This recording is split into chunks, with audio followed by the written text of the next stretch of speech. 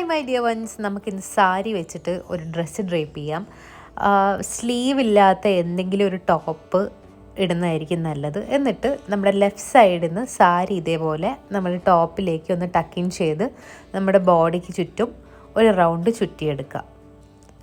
ഒരു റൗണ്ടല്ല, actually 2 round ചുറ്റിയെടുക്കണം. ആ ചുറ്റുന്നതിനനുസരിച്ച് നമ്മളുടെ ആ ഡ്രസ്സിനകത്തേക്ക് അല്ലെങ്കിൽ ടോപ്പിനകത്തേക്ക് സാരി ടക്കിൻ ചെയ്യാൻ മറക്കരുത്. അത് കഴിഞ്ഞ് ബാക്കി പോർഷൻ നമ്മുടെ ലെഫ്റ്റ് ഷോൾഡറിൻ്റെ പുറകിൽ കൂടെ എടുത്തിട്ട് ആ ഫ്രണ്ടിൽ വരുന്ന ഫാബ്രിക്കിലേക്ക് ഒരു ഡബിൾ നോട്ട് ചെയ്യാം.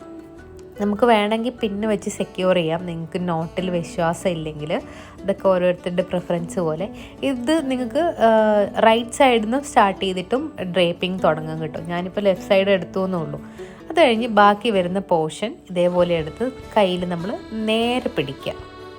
എന്നിട്ട് ചെറിയ ചെറിയ പ്ലീറ്റ്സ് ഇടണം എന്ന് നിർബന്ധമില്ല, ഞാനത് ഇട്ടുവെന്നേ ഉള്ളൂ. ജസ്റ്റ് നമ്മളിങ്ങനെ ചുരുട്ടിയെടുക്കില്ലേ, അതിൻ്റെ എഡ്ജ് നന്നായിട്ടൊന്ന് ചുരുട്ടിയെടുത്ത് കഴിഞ്ഞിട്ട് ഒരു ബോ പോലെ ചെയ്യാൻ വേണ്ടിയിട്ടാണ് നമ്മളിങ്ങനെ ചെയ്യുന്നത്.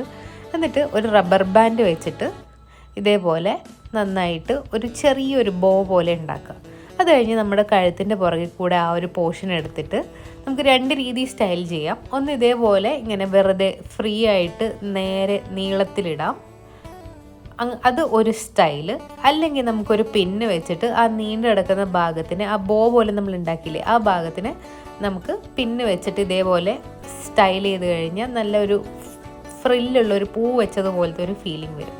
അപ്പോൾ ഇതാണ് ഫുൾ ലുക്ക് വരുന്നത്. നിങ്ങൾക്ക് ഈ ഡ്രേപ്പിംഗ് ഇഷ്ടപ്പെട്ടു എന്ന് വിചാരിക്കുന്നു. അപ്പോൾ ചാനൽ സബ്സ്ക്രൈബ് ചെയ്യാത്തവരാണെങ്കിൽ സബ്സ്ക്രൈബ് ചെയ്യുക. അഭിപ്രായങ്ങൾ കമൻസ് ആയിട്ട് രേഖപ്പെടുത്തുക. അടുത്തൊരു വീഡിയോയിൽ പുതിയൊരു സാരിയും പുതിയൊരു ഡ്രേപ്പിംഗുമായിട്ട് വീണ്ടും കാണാം. Thank you so much for watching.